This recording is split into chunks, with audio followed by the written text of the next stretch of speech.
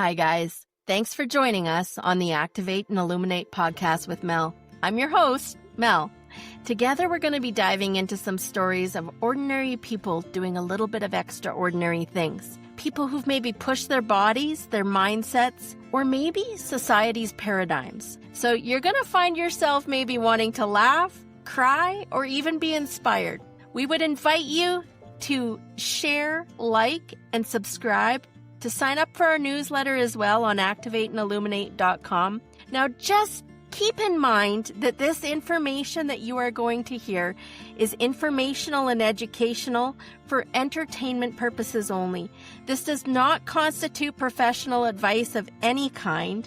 The views expressed are those of myself and guests only. Listeners are encouraged to seek professional and legal advice regarding their own situations. So, thank you for joining us. We appreciate your time, and thanks again for being here. Hello, everyone out there. So thank you for joining us. So do you find yourself anxious, looking for that feeling of happiness or calmness, feeling like you have too much stress in your body or in your life, and you're looking for ways to mitigate that? I think you're going to want to listen to today. So we have with us Teresa de Roques. Now, she is the host of a community and a practice and an event that's going to absolutely super bloom your life. So she has scads of experience and information to share with us, and I think that you will love her vibe. Stay tuned. Well, thank you all for being here today. I am here with Teresa de Roques. Now, Teresa has a interesting story, and she has, I would say, an exciting, I'm going to describe her system.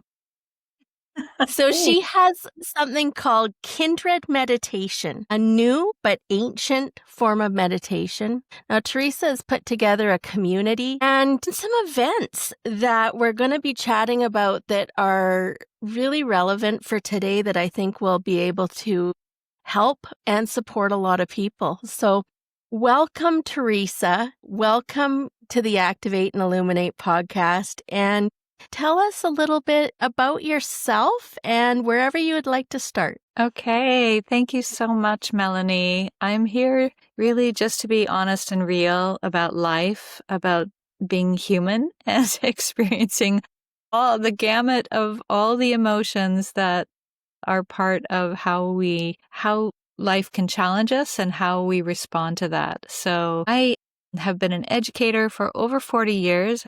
Like, that makes me sound really old. I've been doing this a long time and starting out just in the education system, working with children in various capacities.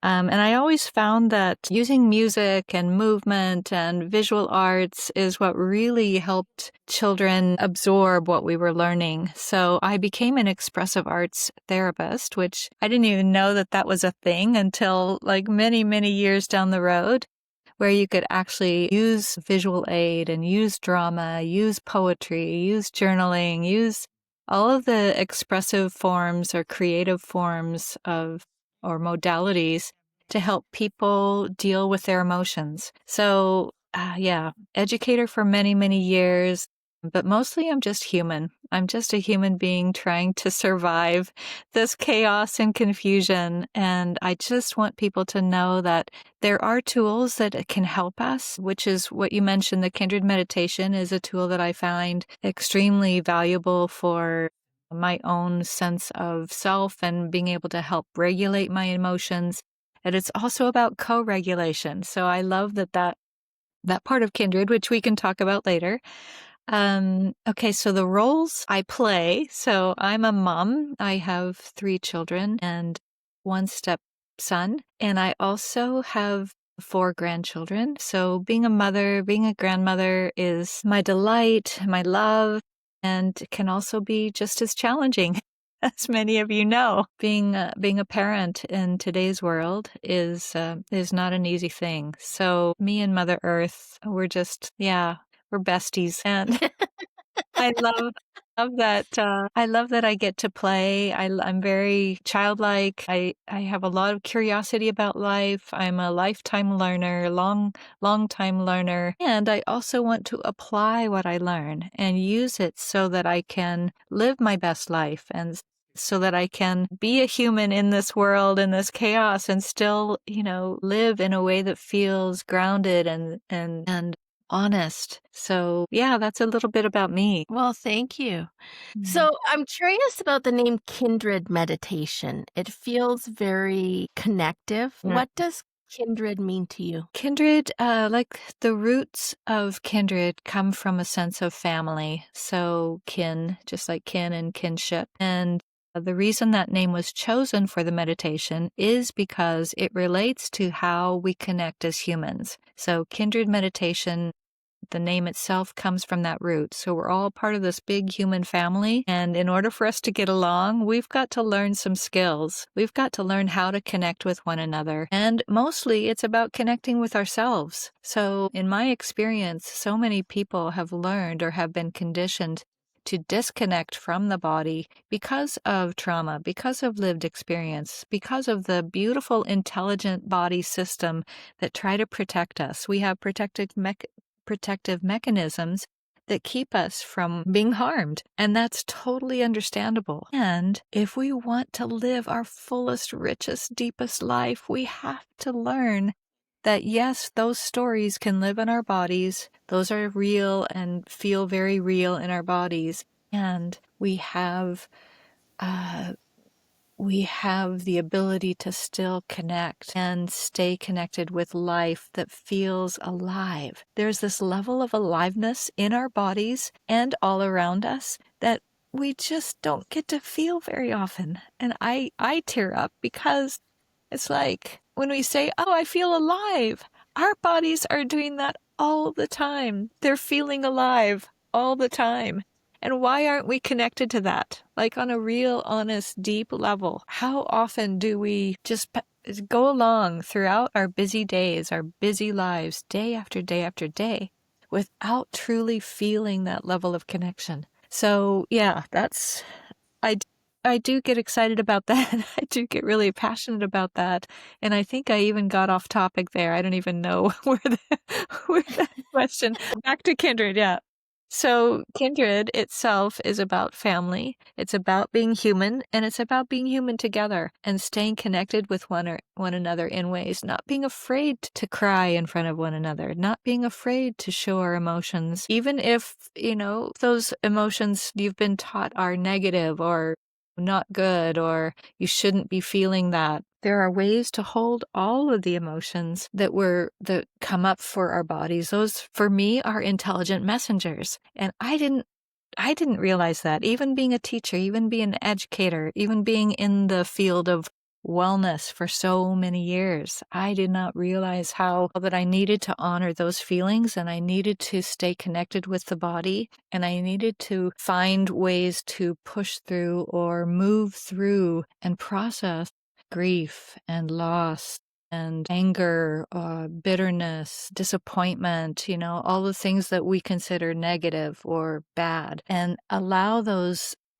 to get to the aliveness. There's aliveness even in those feelings. And so to be able to process that and transmute them or transform them into the wholeness of life. There's a sense of wholeness of life that we cut ourselves off from. If we cut ourselves off from the negative feelings, we're also cutting ourselves off from the joyful feelings. So allowing ourselves to experience the gamut of our human experience. That's what kindred means to me. This episode brought to you by protandemcanada.lifevantage.com. What if you could turn on your body to work like it was supposed to? What if you could have it remember how to handle toxins, stress, and the environment like it used to when you were young? What if it worked for your pets too? What if this is not about supplementing something that is missing, but activating something that has gone dormant? About actually turning on your body to make these things again. Learn how to activate your body now. Check us out, protandemcanada.lifevantage.com. Well, that is wrapped up in a package that feels so much bigger than what you actually said. Because as you were saying it, I'm starting to think in my head, well, how many people out there don't feel alive? Or how Yeah. many people do feel alive? Mm. And what the difference is about what we're doing and our daily practices to maybe be able to feel that feeling, right? So tell us, aside from the meditation groups and so forth and community that you have, what are some of the daily practices that you have that help you to feel alive? Thank you for asking that. So, the Kindred practice itself is my daily practice. I rarely go a day without sitting in meditation, and sometimes that's standing in meditation. So, we have a very simplified form of Kindred called Euphoria Sequence. And it really is just more of a structured. So you have 5 phases. And if you're not used to just like, oh, I'm just going to move like this, you don't have to. You can just honor what you're feeling. So the Kindred practice, because it's co-creative, you're in my self practice, I'm actually imagining either doing this practice with myself or doing it with nature. Like I can imagine doing this with Mother Earth and just experiencing that same level. It's really a lot of creative exploration and a lot of giving yourself permission to imagine what that might feel like. I can close my eyes and lead myself through a Kindred practice. And when I say intuitive movement, what I'm really doing is just like, if you can imagine a child playing like they're a princess or playing like they're a warrior or playing like they're a dinosaur. So you're imagining that you're telling the story with your body and you're allowing yourself to move in ways that feel good. And sometimes the body just wants to move very slowly and just wants to create a sense of stillness. And sometimes you want to just feel how big you can actually be, and you reach your arms up wide and expansive. And so it can look, because each of us are unique, every single person has a unique story to tell, and they can use their bodies. This is like pre-verbal, allowing ourselves to move intuitively. So in my self-practice, I imagine that I'm with another person, even someone that I love, or imagine Mother Earth, or imagine a higher version of myself. And I'm just practicing this practice. And I ask myself, it's always based on a theme. So if my body is saying, I really just need to feel a deep sense of groundedness, then I say, just ask myself, how does that feel in my body? Can I remember a moment when I did feel grounded? Or can I imagine what grounded might feel like in my body? And then just create a story around that, like with my body. And I'm like, yes, I want to feel like a tree. I want to actually do this Kindred meditation with a tree. Like the sky's the limit as far as what we can imagine and how we can open ourselves to new ways of experiencing that aliveness in our bodies. So, yeah. So tell me some examples or success stories that you would call successes of people using this practice and, perhaps maybe reclaiming themselves. Yes, so many stories. I'll start off with the founder because it was actually through a really, really challenging life experience, deep loss, that he said that he first realized that he had a body. Like we live the majority of our lives, we're taught to think and think our way through life. And you think that the body's just supporting the head. So in this particular experience where he actually got really connected to his body, he said, okay, I'm going to try this. Like it was just kind of came out of this deep loss and deep grief and deep mourning. And you get to a point sometimes in life where you're like, I don't know what to do. So he felt this deep connection with his body. And I'll share this story, even though it's his, because he's my son, one, and because he's shared it all over the world. Anyway, I know that I have permission to share this. But he asked his heart, what do you need? And immediately a vision of his heart wrapped in this dark black, like it was velvety, it was cared for, but it was just really had this black wrapping around it. And he's like, oh my gosh, I've just, you're here constricted. You're here in this deep wrapped feeling of grief or mourning or loss. How can I help you? How can I assist you? So it kind of started, he had already been in the business of like spreading this idea of how humans, when we connect on a real level, our smiles, he was a photographer, our smiles are genuine. We can invite one another to authentic expression when we really connect on the human level. So he was already very well along those lines of being able to reach people on a very authentic level. But this was new. This was like, wait a minute, my body has to also be invited into this level of human connection. And so from there, just realizing he could actually feel, like imagining that his heart was just being unwrapped layer by layer by layer, and the vibrancy and the deep, rich red, what we think is our heart, or if we've ever seen a video of, like an actual heart pumping, that's what he was experiencing. And his whole body was invited to experience that. And he's like, wait a minute, I need to share this with other people. People have got to learn about this, because we have been given our imagination for a reason. Many of you probably already know that, our memories are stored in our tissues. Like we have memories, like I believe, at least, I can reach all the way back to the Big Bang. Like that's the level of my imagination and the level of memory that I want to be able to reach all the way when I am real stardust in the flesh. I have minerals in me that come from stars. I have combination of cellular structures that are present in the universe. And so being a universal being it's not like just woo-woo. Like this is real on an atomic level, stardust things. So yeah, back to that story. He was able to really nourish himself through this experience of unwrapping his heart. And then he just played with that. He was like, okay, how can I share this and invite other people?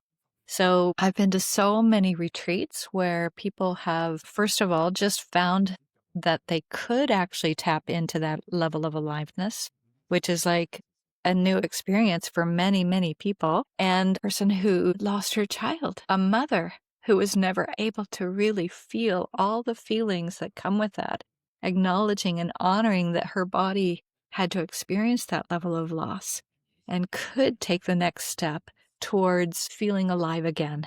Because loss can feel that devastating, right? You don't want to continue. I myself personally, and this was just in 2017, had so many levels of unprocessed grief because of various losses that I was suicidal. And I can honestly say that it was the kindred practice. It was even though I knew people loved me, I still knew my body had carried so much weight for so long. It's just like, I want to give up. And so it's not like it happened overnight, but because Kindred Meditation is a practice and it helps us create new neural pathways so that we can access that level of aliveness on a more consistent basis, little by little by little, I came into my own knowing, my own deep wisdom, my own appreciation for life on a level I can't even explain, like star level, universe level, magic. It feels like magic when I talk about it, when I share about it, when I teach it. It feels like magic, but it's real. That's the thing I want people to know.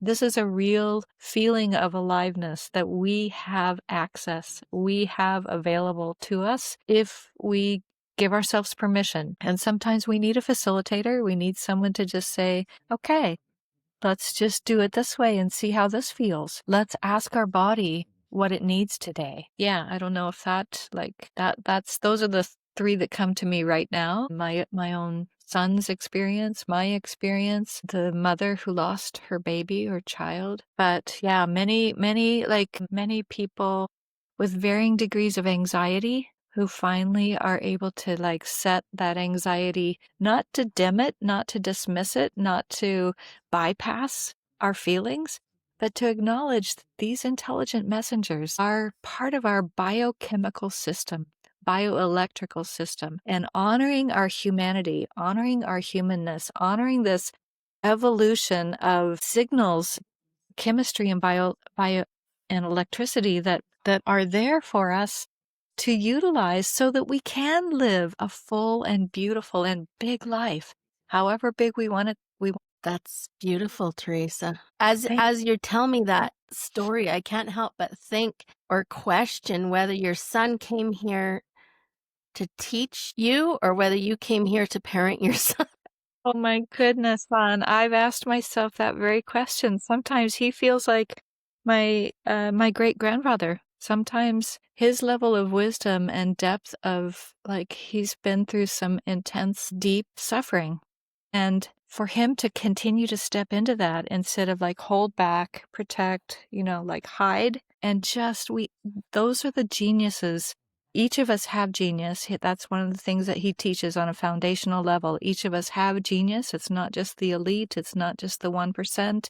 It's not just the Picasso. You have your own level of genius, and tapping into that genius, tapping into that creative bloom, that creative you, allows you to bring your voice. Like, what are you bringing, Mel? What are you bringing to the world through this podcast, through your own voice, through your activate and illuminate? Like, that level of beauty is no different. And he'll tell you this, like, what he has brought is just a tool so that I can activate my own genius. And I don't have to come up with a new form of it. I just need to sing my song. I need to access, whatever song I'm meant to sing. And yes, I have birthed this baby into the world, but then he birthed what his gift, what he was meant to bring so that others can birth themselves. Yeah, definitely, Mel. Thank you for doing that. Tell us about this event and this community that you are putting together. You have a big event coming up that you are collaborating with a bunch of other people. Tell us about that and why people will be interested in signing up. Yes. So it's called Super Bloom Festival. And we chose the word Super Bloom because it's about, like, this is a natural scientific phenomenon that happens in the world where, let's say, the seeds have been dormant for years, like 20, 30, 50 years even, and the right conditions are created such that all of a sudden the desert will just, like with magic, these magic seeds will just come to life. And so Super Bloom is about creating the conditions for each of us to find our own bloom. So tell us a little bit more about this Super Bloom community, Teresa. Tell us this event, tell us about some of the people that are going to be leading it, what people can expect. Will it be recorded? All the things that people want to know to be able to participate in something like that. Yes. Well, Super Bloom we created it to create the conditions for a super bloom, which is a natural phenomenon where enough sunlight, enough rain, just the right amount of temperatures, just the right amount of moisture allows the seeds to feel supported. So we're creating the conditions to feel supported in our own environments, which, may sound metaphorical, but it's real. It's real invitation to experience life and to feel empowered to take the necessary steps that you need to take, that each of us need to take in order to create the conditions in our life, in our circumstances, in our bodies to bloom. So that's what Super Bloom is about. So it's 4.5 days. The first day, Friday, starts at 2:30, but all of the sessions, there's an 11 to 1 session, there's a 2:30 to 5:30 session, there's a 7 to 9 sessions. Friday, Saturday, Sunday, Monday, Tuesday, we're going to be experiencing what Kindred feels like. So we'll practice the meditation. There's a very simple version for those who just don't want to go, wild. If they don't want to move intuitively, there's a very structured system that we'll be learning about. But we also have a performer, a mystery performer. We're not going to share who that is yet.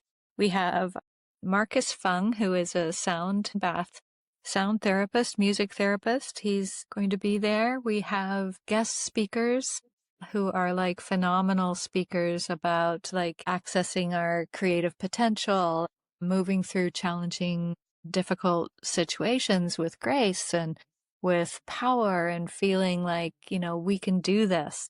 So we have guest speakers. We have my other two teammates, one who's from Australia and one's from the United States. They're both brilliant boss babes. And so there's a little bit of just a gamut of all of our voices, all of our unique voices. And every part of it is meant to encourage us to be human, but also to use our unique voice. So how do we create the conditions to invite our unique voice to be in the world in a way that feels good to us, feels good to our body, feels good in our communities, serving our families and communities? Like, that's what Kindred's really all about. And so Kindred is the main practice, but it's like such a variety of, we're going to have, like a communal dinner, like we're going to have a dance party, we're going to have a lot of different things, and you can just hop on any of those different time frames and just experience what feeds you, what nourishes you, what you need to hear right now. And once you, like, we're also making it extremely accessible.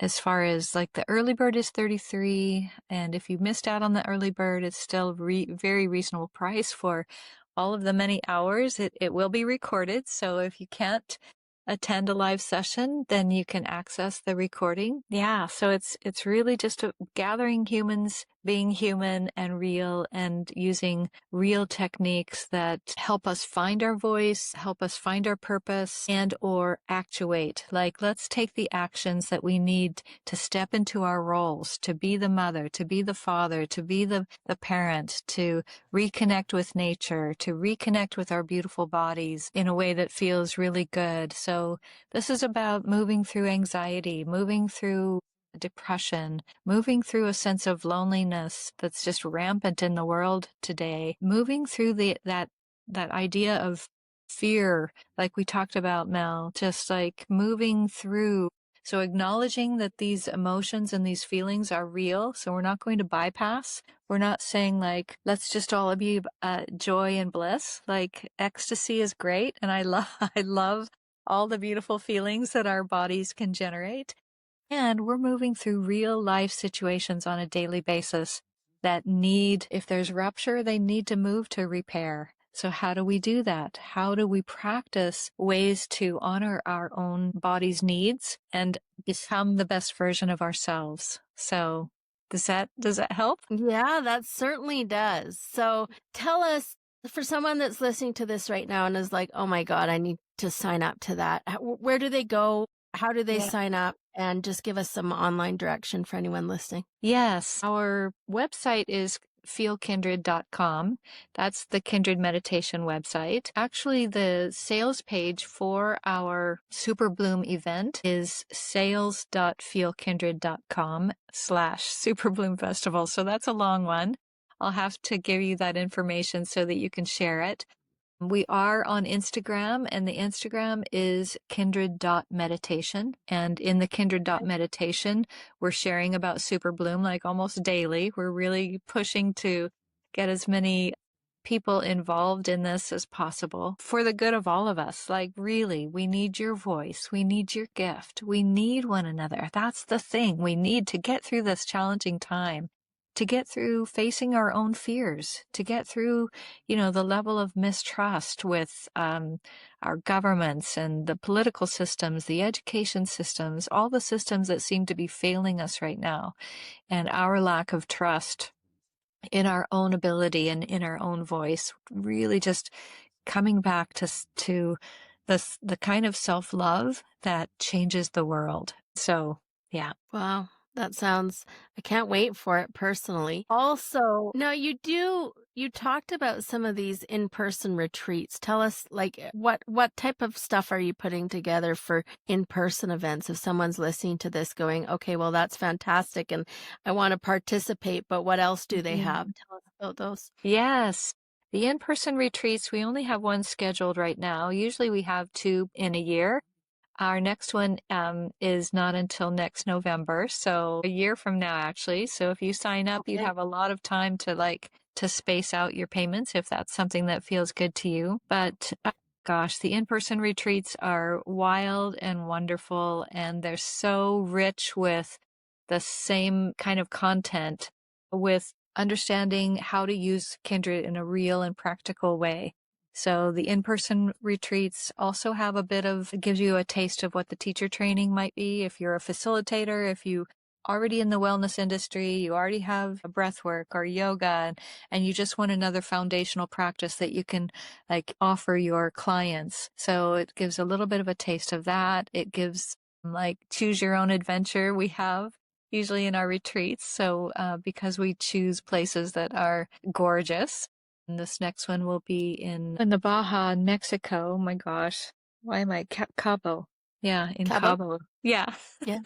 Yeah, it kind of slipped my mind there, but yeah, how very human of me to forget the name of that. Yeah, plus we have teacher training, which we have another course starting, another 6-month course starting in January. And we will have, this is like secret information.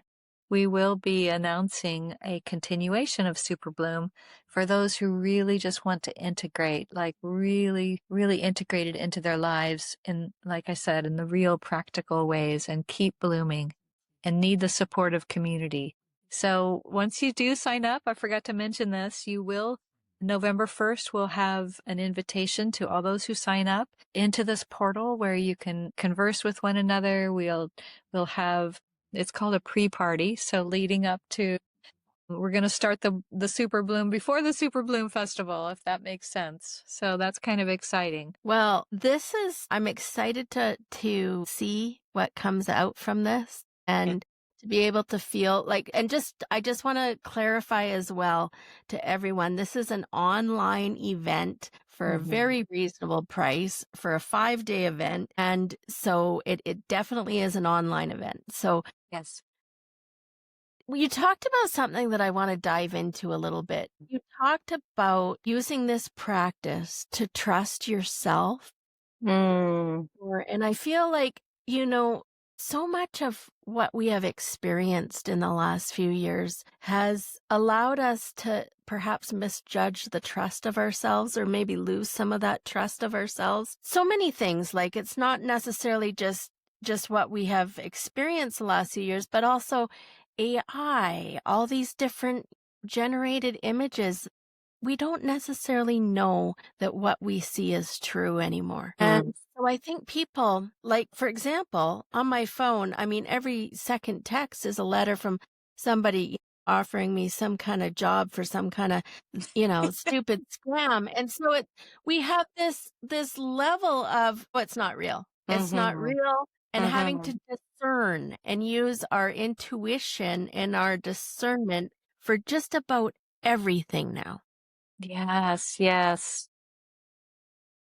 Tell us how you see Kindred and how you see these different practices and maybe just where we are with the world right now as helping to support some of what we're moving through with that. Because my hope is that at some point we will be in a state where we can truly trust our discernment and our intuition and not feel this outside container that is coming at us with things that, I mean, the things will always come. Yeah. But that we are able to truly trust our discernment and intuition. And some of us have a harder time doing that than others. Okay, so what comes to me to share with you right now is that we have learned to use our sight to determine and to interpret what's happening in the world. So we are mostly sight focused, and all of the systems right now are playing on that. And that can create fear because now what we're seeing is not always true or real. So that's one thing. What I know to be true for me is that I know like less than 0.0001% of what life really is, what it really looks like. And if I'm just going to trust my eyes, then I'm not getting the whole picture. I'm just not. And so what I feel Kindred has brought to me is just an awareness of how much mystery there really is to explore and to feel safe enough to just say, I just don't know. I don't know whether it's what really is real.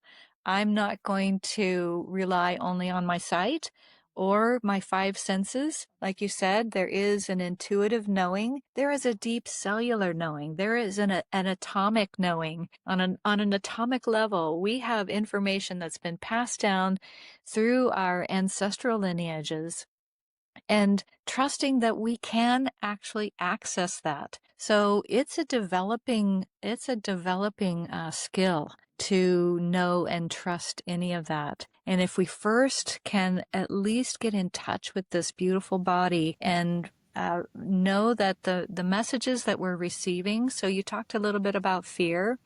Fear is an intelligent messenger, but sometimes it's our interpretation. Okay, so it may not be the saber-toothed tiger coming after us that we're meant to be afraid of, right?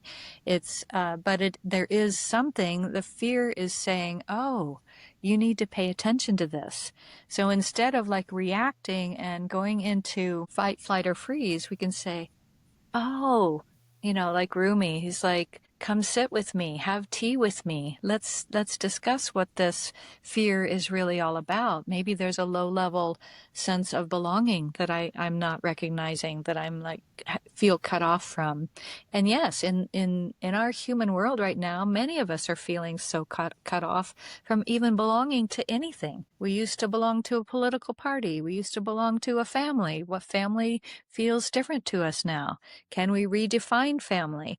And believe me, I have been through that part of the journey, going through a divorce and coming into a blended family. And, my whole idea of family now is different. It's much larger. It's much more expansive. And I can attribute a lot of that to my own growth and continually wanting to move through and be the best version of myself. But also Kindred is a practice that just keeps me coming back to, how's my body feeling right now? Recognizing it, allowing it, giving myself permission to feel that anger, frustration, disappointment, being able to connect with a loved one and saying, this is how I'm really feeling right now. Like giving yourself that inner authority to say, okay, this is what I'm feeling right now. Sitting with that, allowing that, and then also saying, okay, can I move through that? Can I also invite curiosity? Can I invite a sense of wonder? Can I feel the aliveness that's available to me in this moment? Can I feel the aliveness? Yeah, yeah, does that answer? Does that help a little bit? Yeah. So as you're talking here, I can't help but think, what a different place this world would be if children were taught this young, and given the tools to nurture their intuition and their feelings, and to be able to truly connect with nature in a way that um that supported them. Do you do Yes. much with children? We don't have many opportunities to do so now. We have some of our teachers in other parts of the world who are working with children, and they incorporate it into their own style. So because Kindred is about using our unique voice, they bring it, as we have teachers who are part of our teacher training, who use it in their classroom, but they're not necessarily teaching the structure of it. They're teaching the idea or the concepts or the philosophy behind Kindred meditation, which any of us can do. Like, if you look at a child, most of them still have like between 3 and 5, they're still able to freely express. They have that sense of creativity. Like I'm trying to remember this one study that was done about when children start losing that idea that I am an artist, like I create art. And then through the years, you ask the same group of children, and pretty soon they don't think that their art is good enough. So it's kind of conditioned out of them to know that they are the artist of their own lives. And yes, I would love we hope to bring this to the world in a way that could be incorporated into daycare systems or incorporated into the educational systems if those systems still exist. I'm hoping that there'll be a transformation there. But yes, this can be like kids love this because they get to just play with their own little bodies in a way that feels good. They already know how to feel good in their bodies. They're conditioned to believe that it's not acceptable anymore. But if we can encourage parents to also encourage their listening to their bodies. What's my body really saying? And how does that make me feel? And how can I communicate that? So co-regulation, which the mirror neurons, that's why we developed this system of having mirror neurons, is so that we could comfort one another, so that we could feel, we could empathize with one another in a way that feels good to both of us. We can cry with one another. We can laugh with one another. We can comfort one another. So the child and parent, the guardian, that sense of co-regulation, just moving with them, soothing them through the rocking. Like movement is actually such a vital and important part of our bodies knowing that they're being soothed. They're in safety. They're in comfort. They're in the ability to regulate so that so homeostasis is just a scientific term, but it means not just balance, but it means, okay, I want this body to be able to experience optimal life. And so it's always, if you have a fever, it's like, okay, this is not quite optimal, so let's do everything that we can. Or if you have an infection, I mean. So it's trying its best always to get back to not necessarily balance, because balance really looks like this. Balance looks like, okay, can I move with life in a way that still feels safe? I can still understand that and participate in optimal life. Optimal life. That's what we're looking for. So yeah, another roundabout answer, but I hope that helps you understand. We can bring this to children. I think the adults need it more, honestly.